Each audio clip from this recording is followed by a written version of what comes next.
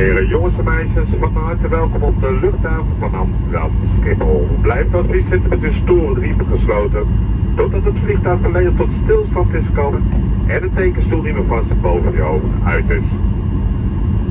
Pas er straks ook op bij het openen van het bagagevakken. Handbagage kan zijn verschoven, zou ook uit kunnen vallen.